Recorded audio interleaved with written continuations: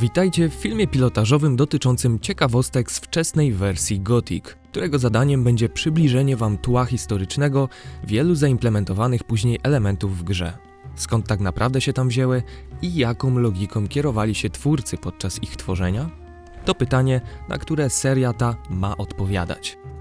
Całość natomiast stworzona jest we współpracy z rosyjskim kanałem Alpha Researcher, który odkrył na własną rękę wiele interesujących faktów oraz przekazał mi materiały źródłowe, tak abym mógł się nimi podzielić z polską społecznością.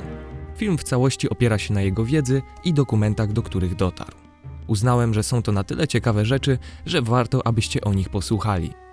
Jeśli władacie rosyjskim, to zachęcam Was do odwiedzenia materiału źródłowego na jego kanale, gdzie wszystkie poruszone przeze mnie dzisiaj zagadnienia są jeszcze bardziej rozwinięte. Link w opisie filmu.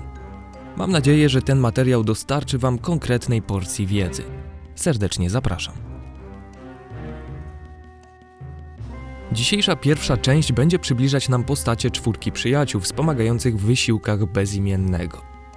Gra dosyć lakonicznie opowiada o ich przeszłości, a dzięki niemieckiej grupie Phoenix Tales, która skontaktowała się 15 kwietnia tego roku z byłymi scenarzystami Piranha Bytes, możemy dowiedzieć się dokładnie, jaka była koncepcja twórców na te właśnie postacie, bez dodatkowych teorii spiskowych.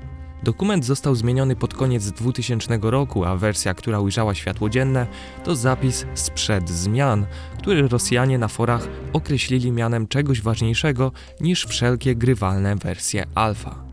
W skrócie to zapis całej pierwotnej koncepcji na grę. Pamiętajcie jednak o bardzo ważnej rzeczy. Charakterystyka, o której zaraz usłyszycie, będzie kanoniczna tylko dla pierwszego Gothica oraz Gothic Sequel, ponieważ podczas rozwoju drugiej części gry wiele z tych wątków zostało napisane na nowo lub wręcz odrzucone.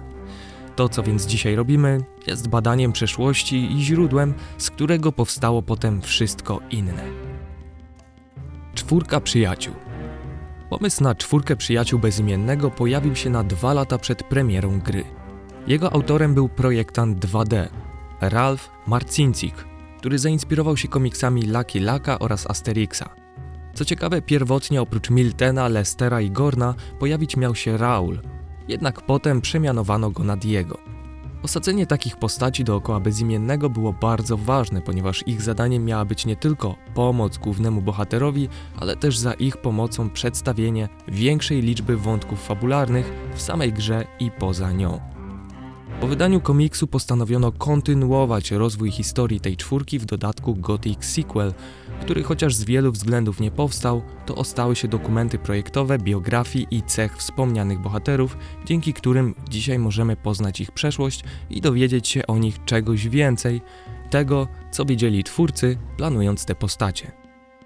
Przyjaźń naszej czwórki polegać ma na tym, że są oni w pewnym sensie ponad podziałami tworzonymi przez obozy.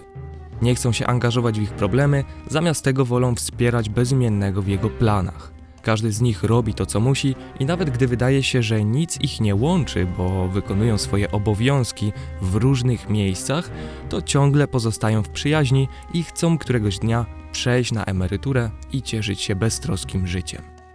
To jednak twardzi w gruncie rzeczy ludzie i nie wierzą, że trzeba po raz tysięczny podkreślać, jakimi są wspaniałymi przyjaciółmi. Nie są dla siebie specjalnie mili, a Bezimienny również nie będzie dla nich wyjątkiem, tylko dlatego, że pokonał śniącego. Zacznijmy od Diego. Ma 36 lat, a dorastać miał na ulicy. Tam nauczył się złodziejstwa i walki. Przynajmniej połowę życia spędził za kratami, a Lester, Gorn i Milten to jedni z jego nielicznych druhów. Po upadku bariery pozostał w starym obozie, gdyż nigdzie nie ma bliskich czy krewnych. Jego cele to mieć władzę w obozie i być zamożnym, a pewnego dnia zakończyć to wszystko i żyć bez zmartwień. Ma cechy przywódcy i brak mu wyraźnych słabych stron. Cytaty, które powtarza to „jestem za stary na to gówno” czy „jeśli nie będziesz przestrzegał zasad, będziesz musiał spać plecami do ściany”. Lester ma 25 wiosen. Nie wychował się na ulicy, ale też nie wyrósł na porządnego rzemieślnika. Na koncie ma nieukończone szkolenia u sukiennika, tkacza, kucharza i garbarza. Jest obibokiem i kobieciarzem, przyłapano go z półnagą żoną burmistrza i za to został aresztowany. W kolonii rozwijał zdolności paranormalne, ale po upadku bariery to, co uważał za naturalny talent, okazało się tylko wpływem samej bariery. Lester pogrąża się więc w alchemii i eksperymentuje, jak poprawić swoje zdolności. Miał nadzieję robić to w górskiej fortecy, ale ma go stamtąd wygonić Thora. Powtarza dialog: Thora? Wyjaśniła mi, że nadszedł czas, abym opuścił fortecę, aby król mógł się tam zakwaterować. Byłbym z nią bardziej ostrożny, jeśli rozumiesz, o co mi chodzi. Poza tym szanuję też doświadczenie Diego. Jeśli Diego tak mówi, to prawdopodobnie jest to dobry pomysł. Wygnany z fortecy buduje sobie laboratorium w domu magów ognia, argumentując to faktem, że skoro nie żyją, to nie będą mieli nic przeciwko. Milten jest rok od niego starszy, dorastał w prostej i pobożnej rodzinie. Od zawsze chciał osiągnąć coś więcej, dużo uczył się sam. Został przymusowo wcielony do wojska, jeszcze nim ukończył studia. Zdezerterował podczas bitwy z orkami, gdzie nie było szans na sukces, był też zresztą jedynym, który przeżył. Wpadł w śmieszny sposób, bo za kradzież jabłek i uznano go za dezertera. W kolonii zwrócili na niego uwagę magowie i został pierwszym więźniem, którego wcielono w ich szeregi. Jeśli chodzi o jego postać, to te informacje pokrywają się właściwie w całości z tym, co wiemy z Gothic der Comic. Gorn ma 29 lat, dorastał w małej wiosce. Niewykształcony i niezbyt mądry, ale za to silny. Na tyle silny, że w wieku 14 lat łamie ojczymowi szczękę, bo bije jego matkę. Mając lat 15, przybywa w miejsce poboru i zaciąga się do królewskiej armii. Tam opanowywuje rzemiosło wojskowe. Nie awansuje, ponieważ nigdy nie dogaduje się z przełożonymi i zaniedbuje obowiązki. Pewnego dnia, gdy w tawernie, gdzie przesiaduje, wybucha kłótnia, będąc pijanym, przypadkowo jednym ciosem zabija sierżanta i zadaje poważne obrażenia 3 ze swoich ludzi.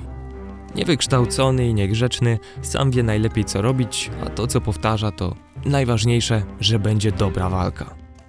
Jak widzicie, mamy tu do czynienia z nieznanymi dotąd, przynajmniej dla mnie, informacjami o 4 przyjaciół. I chociaż nie spodziewałem się, szczerze mówiąc, że znajdą się jeszcze kiedyś jakieś ciekawostki związane z tą grą, których nie powielono już przynajmniej kilka razy, to okazuje się, że nie miałem racji i dzięki takiemu oto polsko-rosyjskiemu połączeniu możemy wam coś jeszcze opowiedzieć. Dajcie koniecznie znać, czy podoba wam się ten pomysł i czy chcielibyście, abym go dalej rozwijał, bo jest na pewno co rozwijać. Wpadajcie do mnie na kanał po więcej Gotika i do usłyszenia.